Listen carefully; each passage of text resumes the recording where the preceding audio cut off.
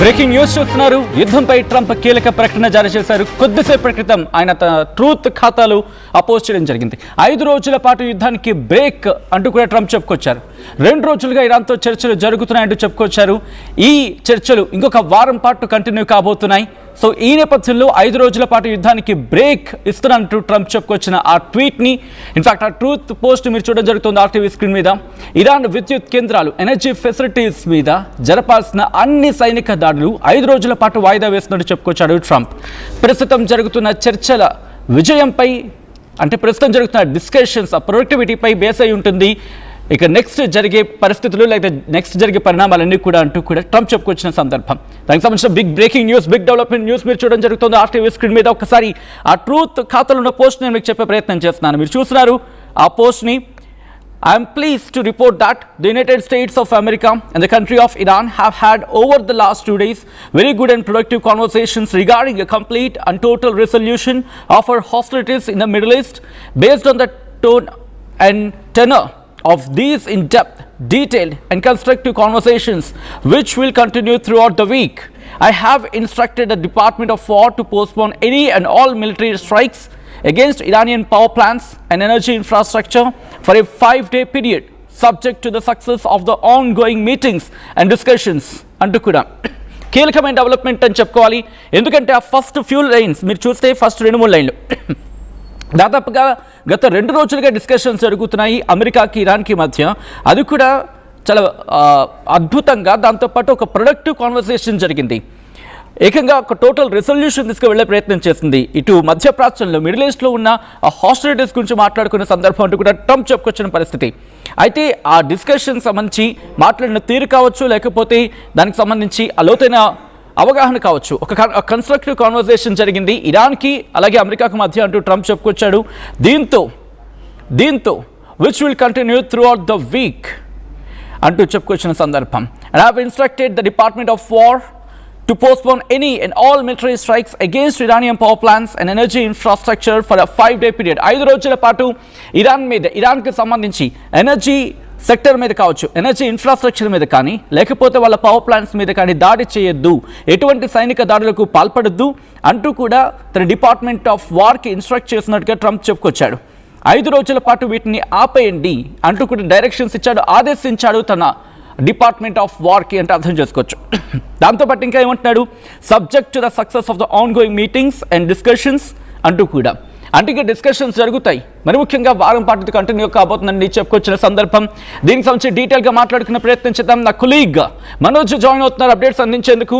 మనోజ్, ఎట్లా చూడాలి? ఎందుకంటే నిన్న మొన్న కూడా తాడోపేడ తేల్చేస్తారు 48 గంటల వార్నింగ్ ఇచ్చిన ట్రంప్ సడన్గా యూటర్న్ తీసుకుని వెనకాల కారణం ఏమైండొచ్చు? ఎందుకంటే 2 రోజులు అన్నాడు, బట్ ఆ 2 రోజుల నుంచి డిస్కషన్స్ జరుగుతుంది అంటూ కూడా చెప్పుకొచ్చాడు. ఇక్కడ ట్రంప్ భయపడ్డాడు అనుకోవాలా, లేకపోతే డిస్కషన్స్ ఒకవేళ ఇంకా ఫలించలేదు కాబట్టి వార్నింగ్ లెక్క ఇచ్చాడు అనుకోవాలా? ఎలా చూడాలి? ముందుగా ఆ ట్వీట్ని ఎక్స్ప్లెయిన్ చేసే ప్రయత్నం చేద్దాం, ఆ తర్వాత ఎలా చూడొచ్చు అనేది ఒకసారి చెప్పే ప్రయత్నం చేద్దాం. To report that the United States of America and the country of Iran have had over the last 2 days very good and productive conversations regarding a complete and total resolution of our hostilities in the Middle East. అంటే ఏం చెప్తున్నాడు? So Iran తో ఇక్కడ చర్చలు జరిగాయా? that the United States of America and Iran country of Iran have had over the last 2 weeks. So 2 రోజులుగా జరుగుతున్నటువంటి ఈ చర్చ అంటే మరి ఎవరితో చర్చించాడో తెలియదు, బట్ ఇక్కడ ఇరాన్ ప్రస్తావన వచ్చింది. So as we expected NATO దేశాలన్నీ కూడా ఏకమైపోయి డొనాల్డ్ ట్రంప్ ని హెచ్చరించాయి. సో డొనాల్డ్ ట్రంప్ ఏం చేశానంటే నాటో కంట్రీస్ అన్నింటినీ హెచ్చరించినట్టుగా పోర్ట్రే చేశాడు.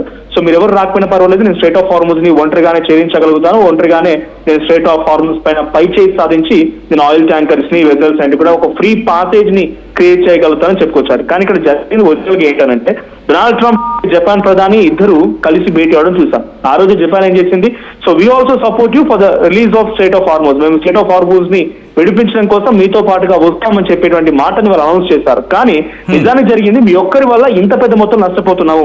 యూరోపియన్ యూనియన్స్ అన్ని కూడా ప్రతిదీ డీజిల్ పైన, ఆయిల్ పైన, ఈ గ్యాస్ పైన ఆధారపడాల్సిందే. ప్రపంచం మొత్తం ఎలా కదిలిందో మనం చూసాం.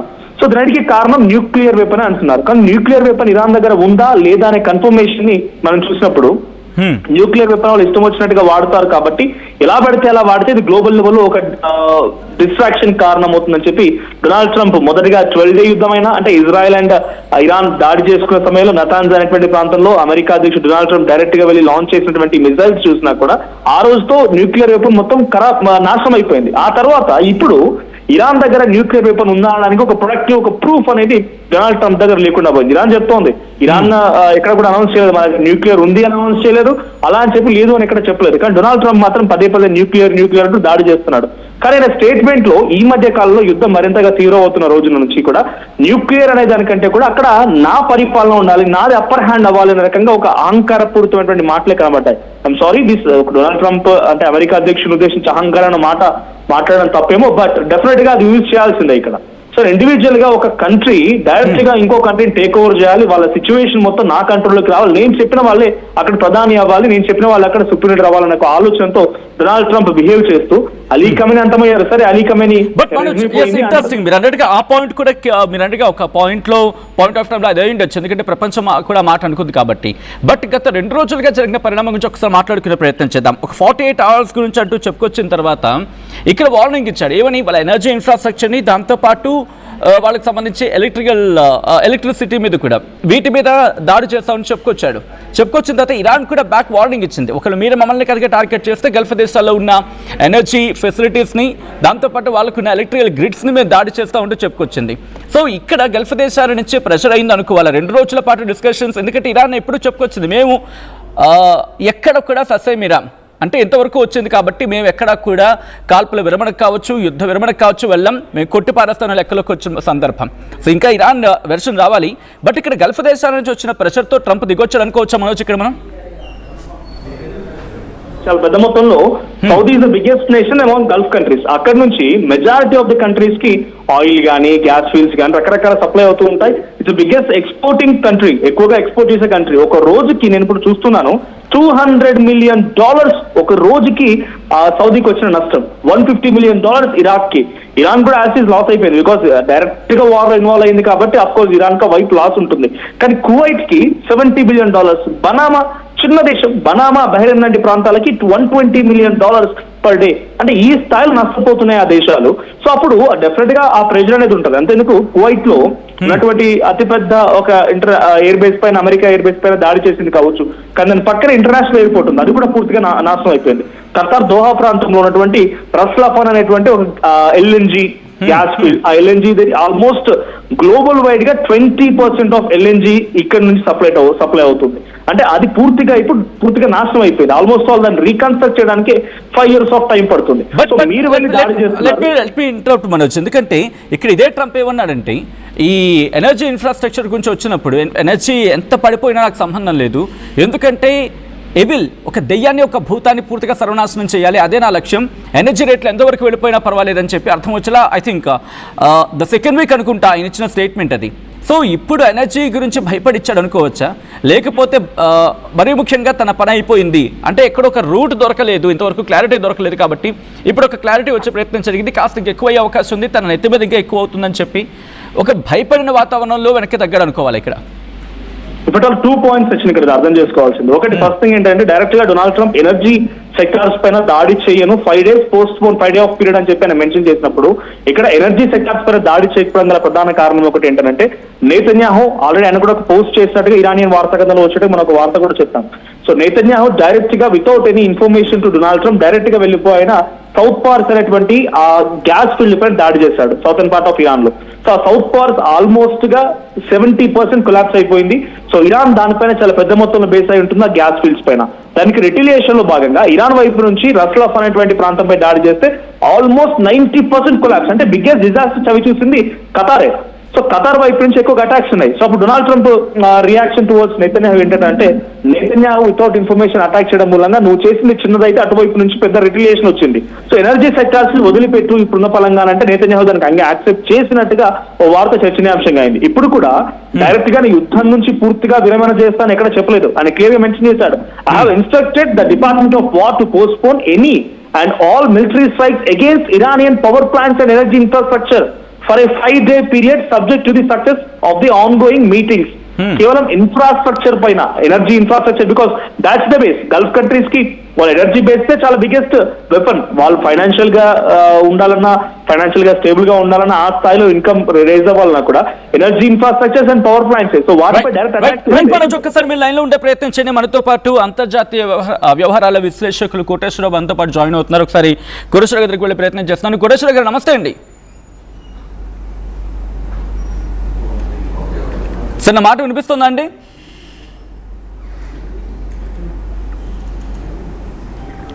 రైట్, మరి కాసేపట్లో కోటేశ్వర గారిని కనెక్ట్ అయ్యే ప్రయత్నం చేద్దాం. ఇదే అంశానికి సంబంధించి డీటెయిల్గా మాట్లాడుకునే ప్రయత్నం చేద్దాం.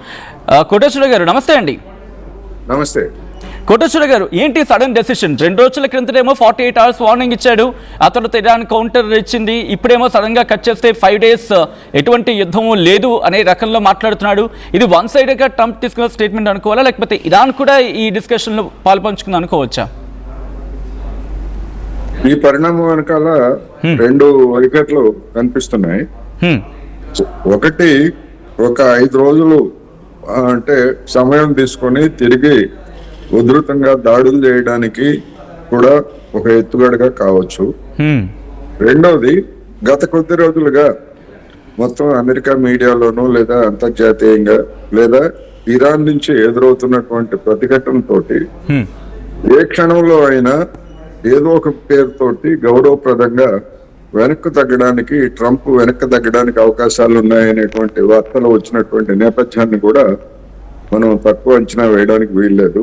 ఎందుకు అంటే ఈ 48 గంటల అల్టిమేటం అనేటువంటిది అయిపోయింది, గడువు అయిపోయిన తర్వాత ఒకవేళ ట్రంప్ చెప్పినట్టుగా విద్యుత్ కేంద్రాలు లేదా ఇతర మౌలిక సదుపాయాల మీద కనుక దాడులు చేస్తే సో హార్ముజ్ జలసంధిలో ఉన్నటువంటి సీ మైన్స్ ని మేము పేల్చివేస్తాము అనేటువంటిది ఇరాన్ చేసినటువంటి ఒక హెచ్చరిక. అదే కనుక జరిగితే మిగిలినటువంటి యావత్ ప్రపంచ దేశాలు కూడా అమెరికా మీద మరింత ఒత్తిడి తెచ్చేటువంటి అవకాశం ఉంది. రెండోది, తెగేదాకా లాగింది అనేటువంటి అభిప్రాయంతో అమెరికా ఒంటరి పాటు అయ్యేటువంటి అవకాశాలు కూడా స్పష్టంగా కనిపించాయి. అందుకని ఒక 5 రోజులు అనేటువంటి పేరుతోటి వెనక్కి తగ్గినట్టుగా కనిపిస్తా ఉంది. ఈ 5 రోజుల గడువును అలా పొడిగించుకుంటూ పోయేటువంటి అవకాశం కూడా ఉండొచ్చు. ఈ లోపల ఎవరైనా మధ్యవర్తుల పేరుతోటి చర్చలు అని అంటే ఓకే, చర్చలు పెద్ద మనుషులు చెప్పారు కనుక మేము అంగీకరిస్తున్నామని గౌరవప్రదంగా వెనక్కి తగ్గినా కూడా ఆశ్చర్యం లేదు. అందుకని 50-50 ఛాన్సెస్ ఉన్నాయి. ఈ పేరుతోటి మళ్ళా దళాలను కూడా తీసుకోవడానికి అవకాశం ఉంది. At the same time retreat కావడానికి కూడా అవకాశం ఉంది.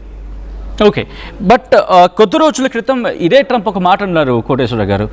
మరి ముఖ్యంగా యుద్ధం కంపారిజన్లో, అలాగే దాంతోపాటు ఇరాన్ కంపారిజన్లు చేస్తున్నప్పుడు ఎంత రేట్లు పెరిగిపోయినా నాకు సంబంధం లేదు, ఫ్యూయల్ అవైలబిలిటీ లేకపోయినా నాకు సంబంధం లేదు, ముందుగా ఎవరిని అంతం చేయడమే నా లక్ష్యం అని చెప్పి అలా అనుకున్న ట్రంప్ దాదాపుగా ఒక 2 వారాలు గడవక ముందే ఈ స్టేట్మెంట్ తీసుకోవడం, ట్రంప్ విషయంలో గల్ఫ్ దేశాలు ఏమైనా ప్రెషరైజ్ చేసే ప్రయత్నం చేశాయా? ఖచ్చితంగా చేశాయి. ఎందుకు అంటే ఒకవైపున ఇరాన్ ముందే చెప్పింది, మా మీద కనుక దాడులు చేసేట్లయితే ఆ పరిసర ప్రాంతాల్లో అంటే పశ్చిమాసియా, గల్ఫ్ లేకపోతే మధ్యప్రాచ్య దేశాలలో ఉన్నటువంటి అమెరికా సైనిక స్థావరాలని మేము టార్గెట్ చేసుకొని దాడులు చేస్తాము, హార్ముజ్ జలసంధిని కూడా మూసివేస్తామని ఇరాన్ ముందే చెప్పింది. ఎందుకంటే వాళ్ళకి తెలుసు అమెరికా యొక్క బలహీనత ఏమిటో, లేకపోతే వాళ్ళ యొక్క బలం ఏమిటో. అంటే పరిమితంగా ఏదో అమెరికా మీద యుద్ధం గెలుస్తామని కాదు, అమెరికాని లేదా ఇబ్బంది పెట్టడానికి, అమెరికా మీద ప్రపంచ ఒత్తిడిని తీసుకురావడానికి అవసరమైనటువంటి కీలకమైనటువంటి పాయింట్లని ఇరాన్ నాయకత్వం గుర్తించింది. అందువలన పోయిన ఏడాది జరిగినటువంటి యుద్ధం అనుభవం ఇవన్నీ చూసినప్పుడు ఏంటంటే ఇరాన్ కూడా చాలా టాక్టిఫుల్ గా వ్యవహరించింది. ఆ వ్యవహరించినటువంటిది ఈ విధమైనటువంటి ఇరాన్కి పాల్పడతారు అనేటువంటి మధ్యలో ట్రంప్ కూడా చెప్పాడు, ఇటువంటిది దాన్ని మేము ఊహించలేదు, నాకు ఎవరు చెప్పలేదు అని. అవును, అది ఒక పచ్చి అబద్ధం. అది ఎందుకు అంటే ఏదో ఒక సాగు ఎవరో ఒకరి మీద సాగు నెట్టాలి, అధికార యంత్రాంగం మీదో లేదా గూఢచారి యంత్రాంగం మీదో సాగు నెట్టాలి. అందుకని ట్రంప్ అలాంటి అవకాశాలను గత వారం రోజుల నుంచి ఏదో ఒక రూపంలో అటువంటి అవకాశాల కోసం చూస్తున్నాడు. ఇప్పుడు ఈ 5 రోజుల విరామం పేరుతోటి వెనక్కి తగ్గేటువంటి అవకాశాలు 50-50 ఛాన్సెస్ అయితే ఉన్నాయి. సార్ ట్రంప్ ఏమైనా భయపడ్డా అండి? ఇరాన్ ఎన్ని రోజులు దాడి చేస్తుంటే దట్టు డియో గార్సియా మీద దాడి జరిగిన దాదాపు 48 గంటల వ్యవధిలోనే ఆలోచించాడా? ఎందుకంటే హార్డ్లీ వాళ్ళ దగ్గర ఉన్న లాంగ్ రేంజ్ మిసైల్ అయితే 2500 కిలోమీటర్లు అండ్ కొట్టిందేమో 4000 కిలోమీటర్ల రేంజ్. ఇక్కడ భయపడ్డా ట్రంప్? ట్రంప్ వ్యక్తిగతంగా భయం అని కాదు. వ్యక్తిగతంగా వాళ్ళకి భయం, వీళ్ళకి భయం సమస్య కాదు. అమెరికాలో ఉన్నటువంటి అక్కడ ఉన్నటువంటి పాలక వర్గం కూడా, అంటే అమెరికన్ కార్పొరేట్లు ఇవి కూడా అమెరికా మీద ఒత్తిడి పెరుగుతా ఉంది అనేటువంటిది ఒకటైతే, రెండోది సామాన్య అమెరికన్ల నుంచి తీవ్రమైనటువంటి ఒత్తిడి వస్తూ ఉంది. గ్యాస్ కానీ లేకపోతే ఇతర నిత్యావసర వస్తువుల ధరలు, ఈవెన్ మన దేశం కూడా మొదట 13 రోజుల పాటు ఇరాన్ తోటి మన ప్రధానమంత్రి నరేంద్ర మోడీ మాట్లాడటానికి కూడా సిద్ధం కాలేదు. మీరు గమనిస్తే ఎందుకని మాట్లాడారు? ఇవాళ మళ్ళా పార్లమెంట్ లో ఆ యుద్ధం గురించి చర్చ పెట్టారు ఇన్ని రోజుల తర్వాత. ఎందుకు అంటే ఈ యుద్ధంతో భారత్ కూడా హీట్ తగిలింది, సెగ తగిలింది కనుక అనివార్యమైన నరేంద్ర మోడీ గారు ఇరాన్ తో మాట్లాడాల్సి వచ్చింది. అందుకని పరోక్షంగా, అంటే బ్యాక్ ఛానల్స్ ద్వారా పరోక్షంగా మన దేశం కూడా అమెరికా మీద ఒత్తిడి తెచ్చిన కారణంగానే మీరు 30 రోజుల పాటు మీరు రష్యన్ ఆయిల్ కొనుగోలు చేయొచ్చు అని చెప్పేసి చెప్పాట. అదే ట్రంప్ ఒక రష్యన్ ఆయిలే కాదు, ఇరాన్ ఆయిల్ కూడా కొనుగోలు చేయొచ్చు అని చెప్పేసి అవకాశం ఇచ్చినటువంటిది మనం చూసాం కదా. అందుకని ఇట్లా ఇవన్నీ కూడా ట్రంప్ మీద గల్ఫ్ దేశాలు లేదా ఈ దాడుల వలన ప్రభావితమైనటువంటి అన్ని దేశాల ఒత్తిడి దీని వెనకాల ఉన్నది. అన్నింటికి మించి ఈ యుద్ధంలో గెలిచేటువంటి అవకాశం లేదు అనేది అమెరికా నిఘా సంస్థలు, అమెరికాలో ఉన్నటువంటి మాజీ అధికారులు, ప్రస్తుత అధికారులు వీళ్ళందరూ ఒకే మాటగా చెప్తున్నటువంటి దాని ఫలితంగా గెలిచేటువంటి దానికి లేకపోతే మనం ఎందుకు అక్కడ పరువు పోగొట్టుకోవాలి? ఆఫ్ఘనిస్తాన్ లో గెలిచే అవకాశం లేదని తెలిసినా గానీ తన సైన్యాలను దించి చాలా సంవత్సరాల పాటు అక్కడ టెస్ట్ వేసి చివరికి ఏ విధంగా పరువు పోగొట్టుకొని అమెరికా వెనక్కి వెళ్ళిపోయిందో కూడా మనం చూసాం. ఎందుకంటే ఇరాన్ భౌగోళిక పరిస్థితి కూడా అట్లాంటిదే. అందుకని సైన్యాన్ని ఇరాన్ భూభాగంలోకి నడిపారు అంటే అది ఖచ్చితంగా ఇరాన్ ట్రాప్ లో పడినట్టే, అమెరికన్లు కానీ ఎవరైనా సరే. అటువంటి దుస్సాహసం చేయొద్దని చెప్పేసి అమెరికాలో ఉన్నటువంటి విధాన నిర్ణేతలు కూడా గట్టిగా చెప్పుంటారు. దాని పర్యవసానమే ఇదే అని చెప్పొచ్చు. Right, thank you so much Koteswara గారు ఆర్టీవీతో జాయిన్ అయ్యి అసలు పరిణామానికి సంబంధించి వెనకాల కారణాలు ఏమేంటని చెప్పి మీ విశ్లేషణ అందించే ప్రయత్నం చేసినందుకు. మొత్తంగా అయితే మాత్రం ట్రంప్ భయపడ్డా? 2 రోజుల్లోనే మాట మార్చిన కారణం ఏంటి? 2 రోజుల్లోనే 48 గంటల వ్యవధిలోనే టోన్ ఎందుకు అంత తడబడింది? గంభీరమైన గొంతు ఎందుకు కాస్త మూగపోయింది? అంత గంభీరంగా ఏదో యుద్ధాన్ని చేసేస్తా 48 గంటల తర్వాత ఇరానిక పూర్తిగా మట్టయిపోతుంది అంటూ కూడా అర్థం వచ్చేలా ప్రగల్భాలకు అని అనుకుంటే కనుక ఆ కోణంలో అంతలా మాట్లాడిన ట్రంప్ ఈరోజు ఎందుకు ఒక్కసారిగా చల్లబడిపోయాడు? ఈరోజు ఎందుకు ఒక్కసారిగా యుద్ధాన్ని ఆపేస్తానంటున్నాడు? తన వార్కి ఎందుకు, అంటే తన వార్ టీంకి ఎందుకు యుద్ధాన్ని ఆపేయండి అని చెప్పి డైరెక్షన్స్ ఇచ్చాడు? మాట్లాడుకునే ప్రయత్నం చేయబోతున్నాం. ట్రంప్ తన ట్రూత్ సోషల్ మీడియాలో చేసిన పోస్టుకి సంబంధించి అసలు ఎందుకు వెనక్కి తగ్గారు, ఆ చర్చల వెనక కారణం ఏంటి, సోషల్ మీడియాలో ఎటువంటి చర్చ ఉంది, మాట్లాడుకునే ప్రయత్నం చేద్దాం. గత 2 రోజులుగా అమెరికా ఇరాన్ వీళ్ళ మధ్య డిస్కషన్స్ జరుగుతున్నాయి, అత్యంత రహస్యంగా జరుగుతున్నాయి అనేది. దాంతోపాటు లోతైన డిస్కషన్స్ జరుగుతున్నాయనేది ట్రంప్ స్వయంగా ధృవీకరించిన సందర్భం. మిడిల్ ఈస్ట్లో శత్రుత్వాన్ని పూర్తిగా అంతం చేసే దిశగా ఈ చర్చలు చాలా నిర్మాణాత్మకంగా ఉన్నాయని చెప్పి ఆయన చెప్పుకొచ్చాడు. దీనివల్ల వారం అంతా చర్చలు కొనసాగే అవకాశం ఉంది. అంటే ఈ రోజు మొదలైన చర్చలు వారం రోజుల పాటు కంటిన్యూ కాబోతున్నాయి. అంటే ఇక్కడ 2 రకాలుగా, ముందుగా కోటేశ్వరరావు గారు చెప్పినట్టుగా ఈ 5 రోజులు గ్యాప్ తీసుకోవడానికి ట్రంప్ వ్యూహాత్మకంగా తీసుకుని ఉండొచ్చు. ఎందుకంటే ఇప్పటికే కుదేలైపోతోంది. దీనికి ప్రధాన కారణం ఎవరికైనా డౌట్ రావచ్చు, ఎందుకు ట్రంప్ ఇలా ఆలోచించే ప్రయత్నం చేశాడని చెప్పి. యుద్ధం వీక్ అవుతోంది. యుద్ధం ఎక్కడ వీక్ అవుతోంది? అమెరికాకు దృక్కోణంలో వీక్ అవుతోంది. అంటే అమెరికా వైపు నుంచి చూసినప్పుడు వాళ్ళు వీక్ అవుతున్నారు. ఎలా? USS Gerald. ఎందుకంటే సింహాల్లా ఒకటి ఎడం వైపున ఒకటి కుడివైపున. ఇఫ్ పాసిబుల్ ఒక్కసారి మ్యాప్ని చూపించే ప్రయత్నం చేద్దాం. మిడిల్ ఈస్ట్ మ్యాప్ చూపించినప్పుడు ఎందుకంటే ఒకవైపు యుఎస్ఎస్ అబ్రహం అనేది అరేబియా సముద్రంలో ఉంటే ఎర్ర సముద్రం వైపు కాదు కానీ మధ్యప్రాచ్యం వైపు అక్కడేమో యుఎస్ఎస్ గెరాల్డ్ రెండు సింహాల్లో ఉండి గర్జించేవి. దాంతోపాటు పైనుంచి B2 బాంబర్స్ లాంటివి అండ్ అలాగే వాళ్ళకి ప్యాట్రియాట్ లాంటివి. ప్యాట్రియాట్ అంటే మిసైల్ సిస్టమ్. కానీ అవన్నీ కూడా ఈరోజు పేలిపోయాయి కొన్ని. అంటే పేట్రియాట్ వ్యవస్థను దెబ్బతీస్తుంది అనేది వినిపించే మాట. సో ఇలా లక్షల కోట్ల రూపాయల ఆస్తి నష్టం సంభవించింది. మీరు చూడొచ్చు, ఇరాన్ చూస్తున్నారు కదా, అక్కడ ఉంది. ఇక్కడ అరేబియా సముద్రం దగ్గర ఏమో యుఎస్ఎస్ అబ్రహం లింకన్ని వాళ్ళు ఉంచడం జరిగింది. అక్కడేమో యుఎస్ఎస్ గెరాల్డ్. ఇప్పుడు గెరాల్డ్ కాస్త రిపేర్ వచ్చిందని చెప్పి పంపించిన దాని ప్లేస్లో ఇంకొక దాన్ని తీసుకొచ్చి అక్కడ పెట్టారు, పాత తరం యుద్ధ నౌకని. ఇప్పుడు వీటి వల్ల కావటం లేదని ట్రంప్కి అర్థమైంది. దాంతోపాటు రోజుకి F-15, F-35 ఫైటర్ జెట్స్ని కోల్పోతోంది. ఒక్కొక్కటి కనీసం $800 తక్కువ చిన్న వాళ్ళ అమ్యునేషన్ తీసుకుందాం. అండ్ అక్కడేమో వాళ్ళు 20 లక్షలు 30 లక్షలు పెట్టి మిజైల్స్ని ప్రయోగిస్తూ ఉంటే ఎయిర్ డిఫెన్స్ సిస్టమ్ వీళ్ళు యాక్టివేట్ చేసే దగ్గర 20 కోట్లు 30 కోట్లు అలా అయిపోతుంది. కాబట్టి ఆర్థికంగా కుదేలవుతోంది, వెపనరీని కోల్పోతుంది, దాంతోపాటు అమ్యునేషన్స్ని కోల్పోతుంది. ఇవన్నీ పక్కన పెడితే 2 రోజుల వార్నింగ్ అమెరికాకి తలనొప్పిగా మారింది. ఇరాన్ బెదురుతుందేమో అనుకున్నాడు ట్రంప్. కానీ ఇరాన్ ఏం చెప్పింది, మేము తిరిగి నువ్వు కనుక మా ఎనర్జీ మీద, మా పవర్ సెక్టర్ మీద దాడి చేస్తే మేము గల్ఫ్ దేశాల్లో ఉన్న మీ ఎనర్జీ మీద, మీ పవర్ సెక్టర్ మీద దాడి చేస్తాం, ఎలక్ట్రికల్ గ్రిడ్ను కుప్పకూలు చేస్తామని చెప్పి వార్నింగ్ ఇచ్చింది నిన్న.